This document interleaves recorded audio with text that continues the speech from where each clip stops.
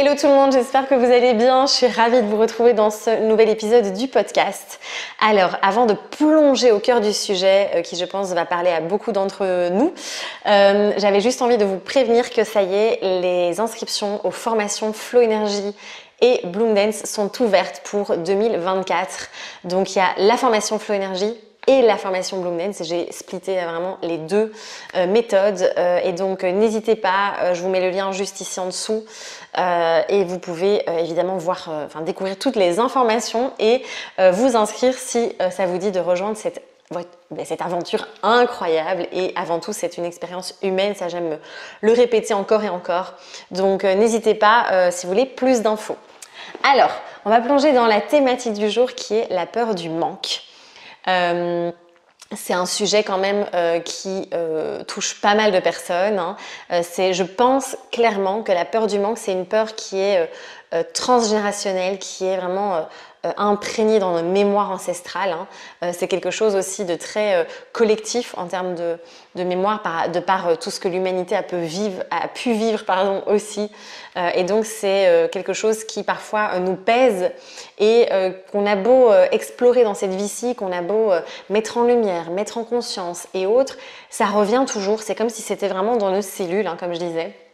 Et donc ça demande parfois d'aller faire un accompagnement un peu plus profond aussi au niveau peut-être des mémoires ou autres pour aller vraiment libérer ces peurs du manque qui sont aussi très familiales parfois, ou si on a grandi dans ce genre de peur, eh bien forcément on est imprégné de ça et forcément on en a fait un concept de vie, hein, dans le fameux concept que l'on crée très tôt déjà dans le ventre in utero, jusqu'à notre petite enfance, où on va accumuler comme ça, de par nos parents, en tout cas de par les adultes qui nous entourent aussi, différents concepts de vie aussi. Et donc la peur du manque peut faire partie de ça aussi. Et donc voilà, je viens vous en reparler parce que moi forcément je sais que ça a été une grande peur qui a été présente quand même, qui est présente encore. Hein. Je vais, pour être tout à fait transparente avec vous, franchement, je pense que ça prend du temps d'aller vraiment se libérer de ce genre de peur qui parfois vient vraiment nous chercher dans nos entrailles, comme j'aime bien dire, qui vient vraiment qui est là dans nos tripes en fait vraiment. Et donc je sais que moi j'en étais pas vraiment consciente. J'étais consciente de mon mode de fonctionnement qui a été pendant très très longtemps.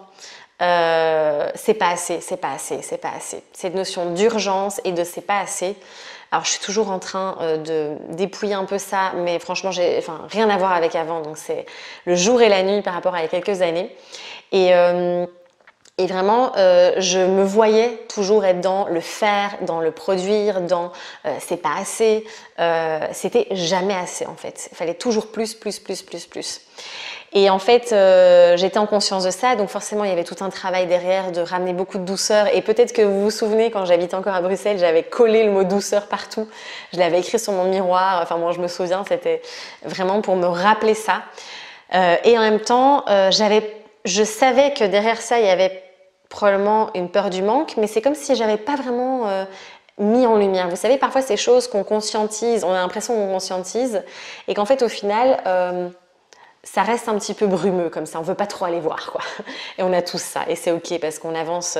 Je pense que les choses viennent se mettre en lumière au moment où c'est ok pour nous en fait, tout simplement. Et récemment j'avais une conversation avec un ami, et on reparle aussi des symboliques de différentes maladies, de tout ce qui est maladie de Lyme, de tout ce qui est parasitage, etc.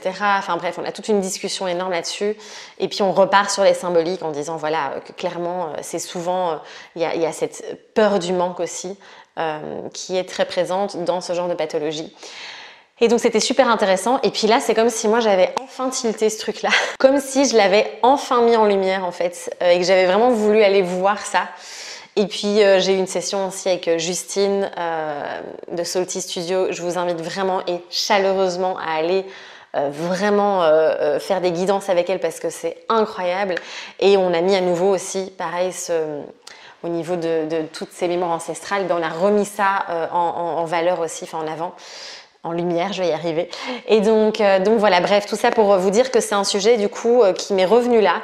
Et je pensais en fait, vraiment, je vous assure, j'étais persuadée d'avoir déjà fait un épisode de podcast sur ces thématiques. J'ai cherché et je me suis dit, tiens, c'est marrant, j'en ai pas parlé. Donc me voici aujourd'hui pour vous parler de tout ça. Et donc moi-même là, je me suis dit mais tiens, c'est vrai que derrière cette notion de c'est pas assez, d'urgence, de toujours vouloir de devoir faire, et aussi de me dire si je fais quelque chose qui n'est pas utile ou juste pour le plaisir, comme de l'art, comme une activité artistique, comme une marche et tout ça, il n'y a pas cette notion de productivité et donc attention, il y a un risque de manque derrière. Donc vous voyez, il y a tout ça à déconstruire évidemment. Et je trouve ça super intéressant en fait de prendre conscience de ça. Et surtout aujourd'hui, dans cette espèce d'ère dans laquelle on est où c'est jamais assez. Et encore plus aujourd'hui dans cette ère où on est noyé vraiment au milieu de tous ces contenus, au milieu de tout ce système en fait qui est fait pour que justement on soit dans le manque et qu'on soit toujours dans toujours plus, consommer, créer aussi parce que clairement en tant qu'entrepreneur, sur les réseaux sociaux, voilà, on doit toujours être là, à créer du contenu, à être régulier, voilà. C'est ce qu'on nous dit, hein. Après on a le choix. Moi je sais que maintenant j'ai vraiment lâché ce truc et que parfois si j'ai rien à poster pendant 2 semaines, je ne poste rien parce que c'est comme ça et c'est très bien. Mais on nous bassine avec ça, de tout le temps être présent, de tout le temps. Et alors aussi il y a cette notion dans l'entrepreneuriat, toujours plus, faire grandir son entreprise tout le temps, etc. Enfin, vous voyez, il y a vraiment cette notion qui, en tout cas, moi je sais, il y a déjà plusieurs années, hein, c'est plus du tout le cas maintenant, mais qui était très présente dans les coachings que j'ai pu faire il y a quelques années, dans les programmes que j'ai suivis. C'était vraiment toujours grandir, toujours plus, et du coup, ça venait vraiment nourrir en fait cette peur du manque. Et donc moi, je me souviens avant que, ceux qui me suivent depuis le début, avant je bossais vraiment comme une tarée, hein, clairement, quasiment 7 jours sur 7. C'était mon entreprise, c'était toute ma vie en fait.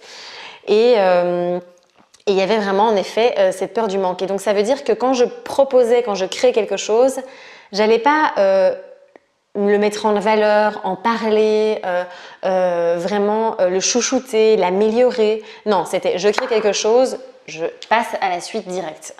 Et donc je fonçais. Alors c'est vrai que j'ai aussi cette énergie, ça fait partie de moi, d'avoir cette énergie dans beaucoup de création, beaucoup de créativité et de foncer un peu comme une flèche. Ça fait partie de qui je suis. Et en même temps, je me suis carrément brûlé les ailes plusieurs fois. Et parce que derrière le moteur c'est quoi? Est-ce que c'est vraiment cet élan de création qui vient du cœur ou est-ce que c'est cette peur du manque à nouveau, de c'est pas assez, vous voyez? Donc là c'est intéressant aussi et c'est une question que je vous propose ici de vous poser régulièrement. Moi ça m'aide beaucoup quand je vois que je pars un petit peu en cacahuète, encore une fois de temps en temps. Je me pose quelques instants, je me connecte à mon corps, à mes sensations et je me pose vraiment en me disant mais est-ce que ça part vraiment d'un élan du cœur? Est-ce que j'ai vraiment envie de faire ce truc? Ou est-ce qu'à nouveau il y a cette peur de manque derrière? Pareil, putain ça fait limite, moi ça m'est déjà arrivé mais ouais, ça fait 2 semaines que, alors c'est rare mais ça m'arrive vraiment d'avoir ces 2 semaines où j'ai pas envie de poster, j'ai pas envie d'être sur les réseaux, j'ai pas d'idée, je sais pas vraiment là tout de suite ce que je vais faire. Et en fait, et avant, ce que je faisais, je me souviens très bien comment je fonctionnais, j'étais tout le temps je me forçais. Donc même si c'était pas là, comme j'avais peur de ce manque, eh bien je créais quand même et j'étais quand même présente et du coup c'était à contre-cœur et du coup c'était avec une énergie vraiment de la peur. Et du coup, qu'est-ce qui se passait? C'est que je m'épuisais complètement. Voilà, mon système nerveux était en PLS et donc j'étais en effondrement à chaque fois.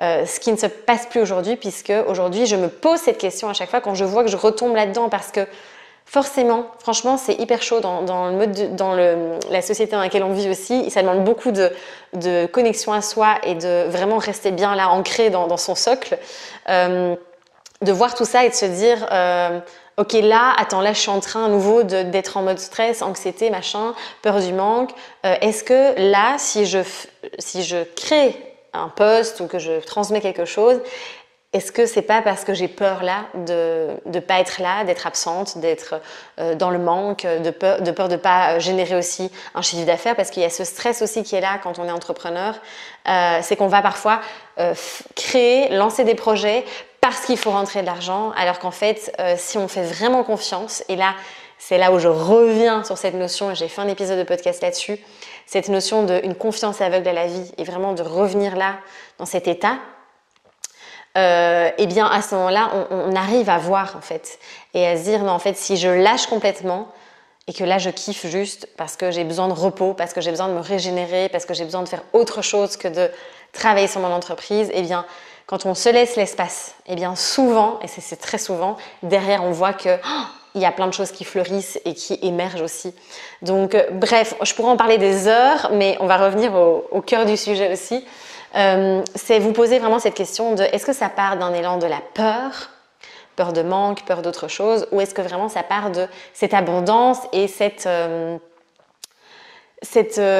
cœur qui est rempli et qui déborde. Et c'est un petit peu comme je vous en parlais dans mon vlog là, du mois d'août de 2023. On ne sait jamais que vous voyez cette vidéo en 2050.